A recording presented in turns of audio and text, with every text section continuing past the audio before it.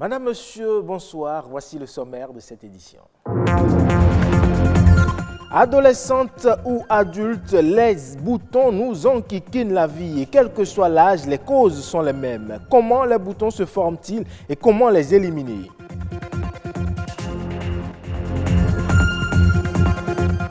Les déchets électriques et électroniques représentent un risque pour l'environnement en raison de la présence de composants dangereux. S'ils sont recyclés, ils constituent une importante source de matières premières. Le Sénégal a conçu un programme de mise en place de l'aire protégée, un programme ambitieux pour faire revivre l'habitat naturel et densifier la faune et la flore.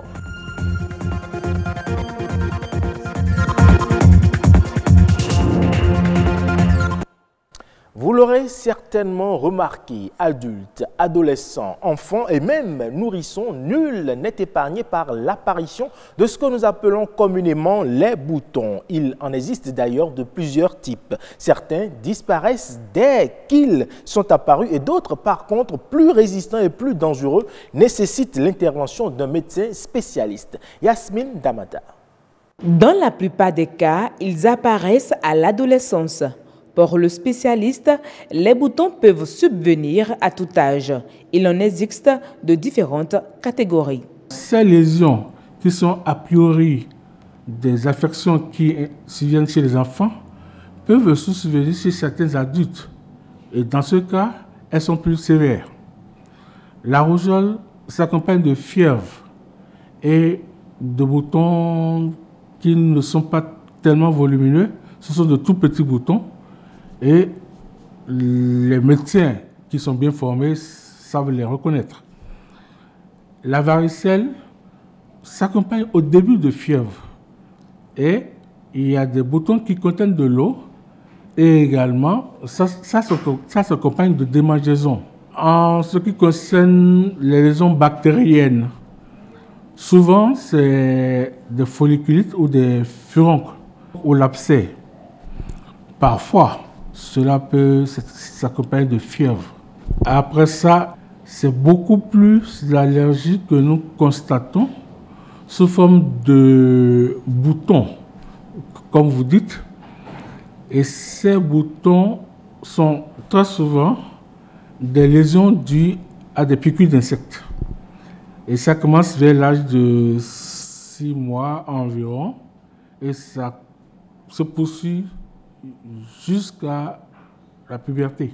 Les boutons apparaissent anodins, mais certains sont des symptômes de maladies graves et peuvent être contagieux. Il y en a qui sont dus au virus dont je parlais tantôt. Ces lésions dues au virus ne se constatent pas quand la personne n'a pas un contact avec un patient ou quelqu'un qui a déjà eu qui a le virus. Donc, il faut éviter les contacts si possible. Celles qui sont dues à l'allergie, l'allergie est souvent constitutionnelle. Cela veut dire qu'un parent prédisposé à faire de l'allergie va transmettre à son enfant la prédisposition aussi à faire de l'allergie. Dans ce cas, il faut éviter les piqûres d'insectes. Il faut les éviter essentiellement par des vêtements longs. Et la désertisation dans les maisons, la protection par des grilles et compagnie. Que faire en cas d'apparition d'un bouton? Les médecins recommandent une consultation aussitôt.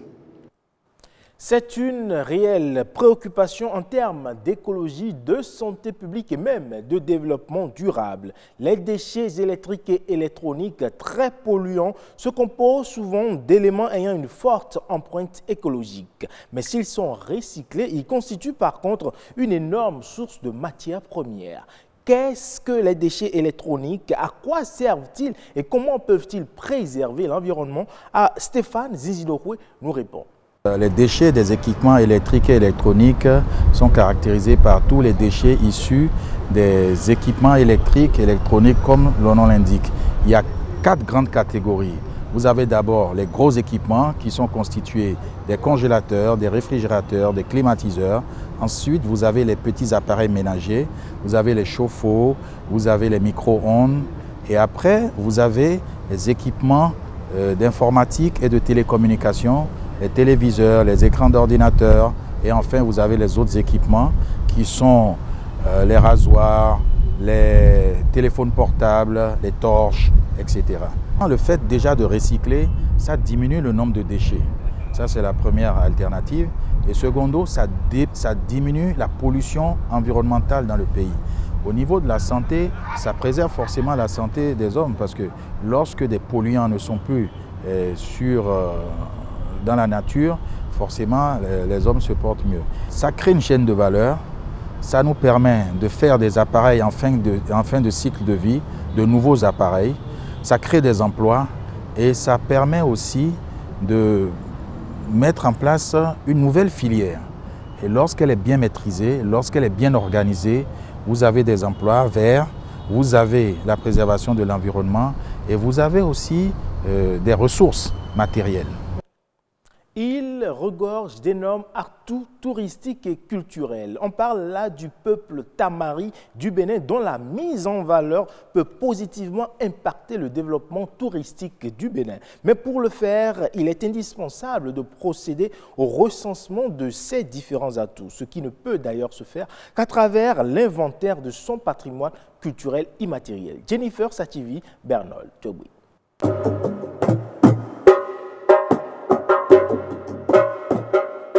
Développer le tourisme, un excellent moyen pour promouvoir un peuple et ainsi contribuer à son essor. Au Bénin, la région Tamari, dans le département de la Takora, compte bien s'adonner à cette tâche.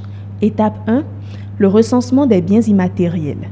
L'inventaire, elle est vraiment importante en ce sens qu'elle permet à la communauté de doiter un bien comme étant un bien de la communauté, un bien précieux à conserver et un bien qui suscite et qui mérite l'attention. C'est en connaissant la matière première, c'est-à-dire les éléments patrimoniaux de cette localité, donc à travers l'inventaire, qu'on peut maintenant faire une programmation de leur mise en valeur à travers le tourisme.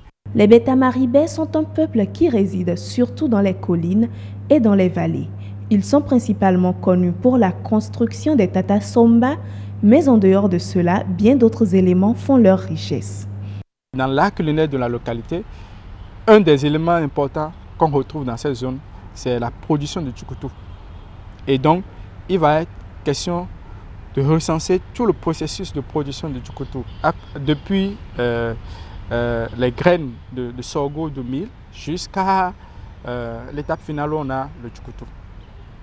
On parlera aussi des danses de la localité. Donc, il y a plusieurs types de danses, il y a le tipenti, etc., qu'on retrouve avec les matériels. Enfin, je dirais un peu tout le savoir-faire lié à la chasse. Vous savez, cette localité pratique vraiment la chasse. Et donc, quand je dis chasse, ce n'est pas une chasse pour détruire la nature, c'est une chasse pour entretenir l'espèce humaine. Recenser le patrimoine culturel immatériel Tamari est donc nécessaire à sa promotion. Mais en dehors de cela, des actions restent incontournables. Des opérations du genre doivent être développées à l'échelle du territoire. En Belgique, les gens ont pris, ils ont transporté. C'est-à-dire, ils ont créé une cité de Tata Somba en Belgique. Et ça empêche maintenant les Belges de quitter leur pays pour venir au Bénin pour voir. C'est des choses qui nous manquent. Le patrimoine culturel, quel qu'il soit, constitue donc le fondement de l'identité culturelle. Sa sauvegarde, sa protection et sa mise en valeur sont alors indispensables au développement. Au Sénégal, la région de Thiès a récolté 87 000 tonnes d'arachides en 2018, soit un volume en baisse de 16% par rapport à la saison précédente. D'après la direction régionale du développement rural, cette chute de la production est liée à des conditions météorologiques défavorables, notamment un déficit pluviométrique prolongé. Il faut dire que la culture de l'arachide est la première denrée d'exportation du Sénégal. Ce secteur emploie 2 tiers de la main-d'œuvre agricole. On reste au Sénégal pour dire que la direction des parcs nationaux a conçu un programme de mise en place de l'aire protégée pour faire revivre l'habitat naturel et densifier la faune. Un programme ambitieux pour sauvegarder les espèces encore existantes. Au Sénégal, le nombre d'espèces animales et végétales dans les parcs a baissé, une diminution causée par les perturbations portées aux écosystèmes. Et pour y remédier, une politique de gestion de la faune est initiée. Aujourd'hui, donc, on s'est dit avec les acquis de la conservation, les troupes, les animaux, particulièrement les antilopes qu'on a préservés jusqu'ici, est-ce qu'ils ne peuvent pas servir de prétexte pour restaurer les écosystèmes, par exemple forestiers, je pense aux forêts classées, puisque c'était un prétexte, puisqu'on a vu avec Bandia, on a amené des éléments, des animaux du Nyokolo-Koba, on a réintroduit, aujourd'hui le couvert végétal est reconstitué, la faune s'est développée et aujourd'hui l'activité touristique est extrêmement rentable. Ce programme de réintroduction d'espèces pour la restauration de la faune nécessite l'appui du secteur privé et des collectivités territoriales. Nous sommes en train de travailler sur des pistes pour l'élaboration d'une véritable politique nationale de reconquête des habitats qui ont été perdus par la faune. Et pour cela, l'État seul ne peut pas le faire, c'est le secteur privé. Et je pense qu'aujourd'hui, en termes de gestion des aires protégées, c'est le partenariat public-privé qui doit être la réalité. La revalorisation des aires protégées a des retombées significatives pour les populations. La multiplication de ces réserves, c'est-à-dire c'est quelque sorte un essaimage du potentiel naturel qu'on fait, et donc ces acquis pourront constituer pour le Sénégal un levier porteur de croissance économique à travers particulièrement l'activité écotouristique. La direction des parcs nationaux compte ainsi réhabiliter les habitats et réintroduire les espèces de faune disparues afin de mieux sauvegarder ces ressources biologiques. La Corée du Sud est prête avec la Banque africaine de développement à intensifier ses transferts de technologie vers l'Afrique. Et les secteurs d'intervention vont de l'agriculture à la croissance verte en passant par la gestion intelligente des transports urbains. Pour le président de la Banque africaine de développement, il est important que le partenariat technologique avec la Corée se traduise par un renforcement des capacités sur le terrain à travers la formation pour que l'Afrique enfin s'industrialise. Merci pour votre aimable attention. À demain.